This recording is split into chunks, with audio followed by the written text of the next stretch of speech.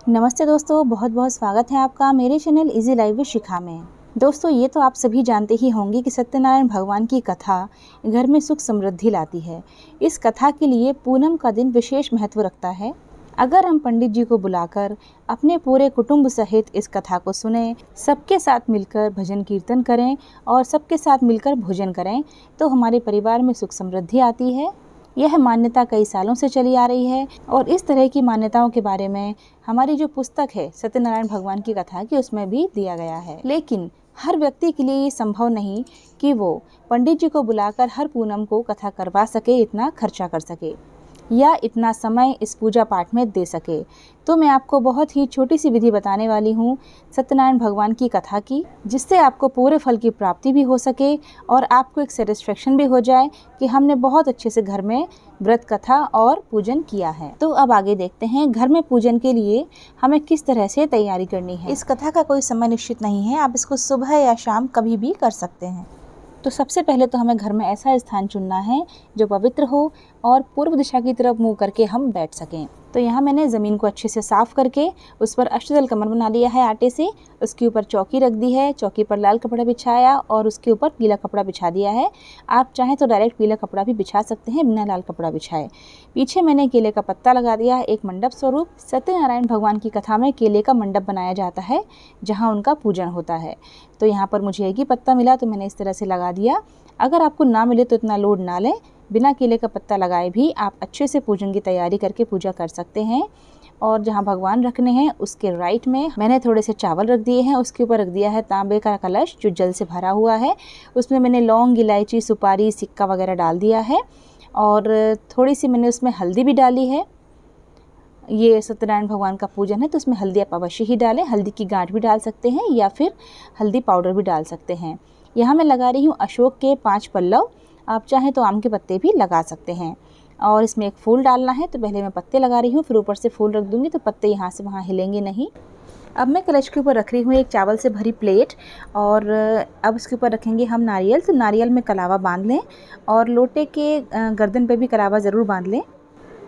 तो नारियल आपको कैसे रखना है ये मैं बता दूं। नारियल का जो नोक वाला हिस्सा होता है ना, वो पीछे रहता है और ये जो थोड़ा चौड़ा वाला हिस्सा होता है, जो डंठल होता है नारियल का, जहाँ से नारियल टूटता है, इसको पूजा करने वाले के मुख की तरफ रखा जाता है। तो इस तरह से हम नारियल रख देंगे।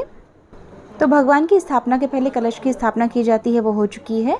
अब हम गणेश जी स्थापित करेंगे। तो गणेश जी की मैंने यहाँ पीतल की मूर्ति ली है, आप चाहें तो कोई दूसरी मूर्ति भी ले सकते हैं, या आपके पास गणेश जी की मूर्ति ना हो तो आप सुपारी के रूप में भी गणेश जी स्थापित कर सकते हैं। सर्वप्रथम गणेश जी को ही विराजमान करते हैं किसी भी पूजा में, उन्हीं को पहला निमंत्रण देते हैं। तो गणेश जी की स्थापना के बाद हम यहाँ रखेंगे सत्यनारायण भगवान की फ़ोटो। वैसे तो इस पूजा में इतने ही भगवान काफ़ी हैं, लेकिन जिनके घर में लड्डू गोपाल की मूर्ति होती है वो लड्डू गोपाल इस पूजा में अवश्य ही रखते हैं। तो ध्यान रखिएगा, जब भी सत्यनारायण भगवान की पूजा करें तो उनकी फ़ोटो के साथ लड्डू गोपाल को भी यहाँ स्थापित करें। अब हमको दीपक रखना है, तो दीपक भगवान के सामने रखेंगे। तो यहाँ हमने रख दिए हैं थोड़े से चावल, उसके ऊपर दीपक रख देंगे। दीपक पीतल का लें, हो सके तो पीतल या तांबे का दीपक बहुत शुभ होता है। सत्यनारायण भगवान की जो कथा है उसकी पुस्तक हमको यहाँ रखनी है पूजा में। अब थाली हमारी तैयार है। प्रसाद के लिए मैंने पंजीरी बना ली है और पंचामृत बना लिया है और केले मंगवा लिए हैं और फूल वगैरह जो भी हमको लगता है, हल्दी, कुमकुम, चावल वगैरह, वो सब हमको थाली में रखना होगा। तो पूजा की तैयारी हो चुकी है, पूजा शुरू करते हैं। सबसे पहले हम पूजा में सभी चीज़ें जो हमने इस्तेमाल करी हैं शुद्धिकरण करेंगे। तो सबके ऊपर जल छिड़क देंगे, हमारे खुद के ऊपर भी जल छिड़केंगे। उसके बाद दीपक प्रज्वलित करेंगे और सबसे पहले हम दीपक की पूजा करेंगे। तो सबसे पहले हम दीपक पर जल अर्पित करेंगे, उसके बाद दीपक को हल्दी कुमकुम वगैरह से पूजेंगे, पुष्प चढ़ाएंगे। ये सभी हमको करना है जैसे हम नॉर्मली पूजा में करते हैं। उसके बाद हम कलश के ऊपर और नारियल के ऊपर थोड़ा सा जल अर्पित करेंगे, उनको भी हल्दी कुमकुम वगैरह लगाएंगे। कलश पर स्वास्तिक वगैरह बनाएंगे कुमकुम से और हल्दी वगैरह चढ़ाएंगे, चावल चढ़ाएंगे, पुष्प चढ़ाएंगे। ये सभी हमको करना है, पूजन करना है कलश का। और नारियल के ऊपर भी हम हल्दी कुमकुम लगाएंगे, पुष्प चढ़ाएंगे। दोस्तों, मैं भी हर पूनम को कथा पढ़ती हूँ क्योंकि मैं पूनम का व्रत रखती हूँ तो हर पूनम को हर सत्यनारायण भगवान की कथा पढ़ने के समय पंडित जी को नहीं बुलाया जा सकता, इसलिए मैं इसी तरह से पूजन करती हूँ। तो वही मैं आपको बता रही हूँ, बिल्कुल सरल विधि है और आपको ये भी नहीं लगेगा कि हमें कुछ कमी हो गई है हमसे इस पूजा में। तो कलश के पूजन के बाद हमको गणेश जी के ऊपर जल अर्पित करना है, थोड़ा सा उनको स्नान करवाना है जल से। उसके बाद हम उनकी पूजा करेंगे, हल्दी कुमकुम सिंदूर वगैरह चढ़ाएंगे, उनको पुष्प चढ़ाएंगे और चावल चढ़ाएंगे। उसके बाद हमको सत्यनारायण भगवान के ऊपर जल अर्पित करना है, उनको स्नान करवाना है, उनकी पूजा करेंगे हल्दी कुमकुम अक्षत और पुष्प से। उनको गुलाब का पुष्प बहुत प्रिय है, अगर हो सके तो गुलाब का पुष्प आप मंगवा लें, वो ज़रूर चढ़ाएं। उसके बाद हम लड्डू गोपाल की पूजा भी बिल्कुल इसी तरह से करेंगे, उनको स्नान करवाकर उनको हल्दी कुमकुम वगैरह से उनका पूजन करेंगे। और अगर आप चाहें तो यहाँ एक काम और कर सकते हैं, पंचामृत हमको पूजन में रखना है, प्रसाद चढ़ाना है, तो पंचामृत में आप लड्डू गोपाल को स्नान करवा सकते हैं, उसके बाद उनकी पूजा करें। क्योंकि पंडित जी जब कथा करवाते हैं, पूजन करवाते हैं, तो ऐसे ही पूजन करवाते हैं। लड्डू गोपाल की पूजा करने के बाद हमको पोथी की पूजा करना है, हल्दी कुमकुम पुष्प वगैरह सब कुछ चढ़ाना है। उसके बाद हम धूप बत्ती अगरबत्ती लगाएंगे। धूप बत्ती अगरबत्ती लगाते समय घंटी आप अवश्य बजाएं। उसके बाद अब हम भगवान को भोग लगाएंगे। तो यहाँ पर मैंने पंजीरी 2 जगह निकाली है। एक जगह निकाली है छोटी सी कटोरी में, जो हम गणेश जी के सामने रखेंगे, और एक जगह हमने अलग निकाली है जो हम सत्यनारायण भगवान के सामने रखेंगे। गणेश जी को तुलसी का भोग नहीं लगाया जाता है, इसलिए उनकी पंजीरी मैंने अलग निकाली है, और सत्यनारायण भगवान को तुलसी का भोग अवश्य ही चढ़ाया जाता है, तो उनके लिए मैंने पंजीरी अलग से रखी है। अब यहाँ पर हम उनको केले अर्पित करेंगे। कोई भी फल आप यहाँ ले सकते हैं, लेकिन केला उनका बहुत ही प्रिय फल होता है, तो केले आप अवश्य ही चढ़ाएं अगर हो सके। यहाँ पर हम पंचामृत लेंगे, वो भी हम चढ़ाएंगे भगवान को, भोग लगाएंगे पंचामृत का। भोग लगाने के बाद अब बारी आती है व्रत कथा पढ़ने की। तो व्रत कथा में क्या पढ़ना है मैं आपको बता देती हूँ। तो ये देखिए, इसमें 5 अध्याय होते हैं, आपको 5 अध्याय पढ़ना है। उसके बाद इसमें विष्णु जी की स्तुतियाँ दी हैं, वो भी आपको पढ़ना है।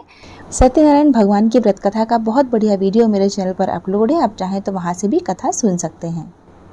व्रत कथा आप जब भी पढ़ें तो घर में आपके जो भी हों उन सभी को बिठा लें, उन सबको यह कथा सुनाएं।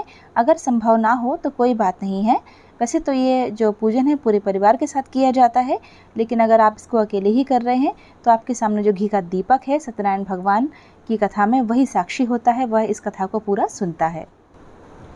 कथा के बाद अब हमको हवन करना है। हवन का तो इस पूजा में विशेष महत्व होता है। तो हवन कुंड की पूजा के बाद आप हवन करें। यहाँ पर मैंने थोड़ी सी शक्कर, हवन सामग्री और घी लिया है, और इसमें मैं थोड़ी सी पंजीरी मिला लूँगी, ताकि जो भोग हम लगा रहे हैं वो भगवान तक पहुँच सके। जब भी हम भगवान को भोग लगाते हैं तो वो हवन के माध्यम से भगवान तक आराम से पहुंचा सकते हैं। पूर्ण आहुति के बाद इस तरह से हवन के चारों तरफ पानी फेर दें और उसके पैर पड़ लें। और अब हमको आरती करनी है। तो आरती के लिए मैंने यहाँ पर 5 फल वाली आरती ली है। सबसे पहले तो हम आरती को प्रज्वलित करें, थाली में कुमकुम से स्वास्तिक बनाएं, उसके ऊपर आरती रखें और आरती को जल चढ़ाकर उनका हल्दी कुमकुम से तिलक करें, उनके ऊपर पुष्प चढ़ाएं, अक्षत चढ़ाएं। उसके बाद हम आरती शुरू करेंगे। पुस्तक में सत्यनारायण भगवान की आरती दी गई है, तो वह आप पढ़ सकते हैं। सत्यनारायण भगवान की व्रत कथा भी मेरे चैनल पर अपलोड है, वहाँ से भी आप चाहें तो उस कथा को सुन सकते हैं।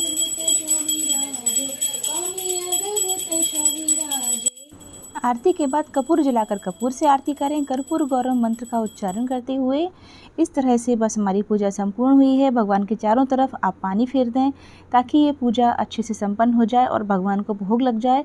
भोग लगाते समय थोड़ी सी घंटी अवश्य बजा दें भगवान के सामने।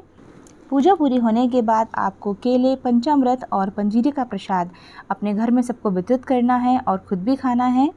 अगर आपका पूनम का व्रत है पूरे दिन का, तो आप चांद देखने के बाद, चांद को अर्घ्य देने के बाद, उनकी पूजा करने के बाद ही व्रत खोलें। और अगर आपका व्रत सिर्फ कथा तक था तो आप कथा पूर्ण होने के बाद भोजन भी कर सकते हैं। नारियल जो हमने चढ़ाया है कलश पर, उस नारियल को आप चाहें तो मंदिर में रखकर आ सकते हैं, या घर में उसको किसी पुरुष के हाथों से बधरवा कर सबको वितरित कर सकते हैं प्रसाद स्वरूप।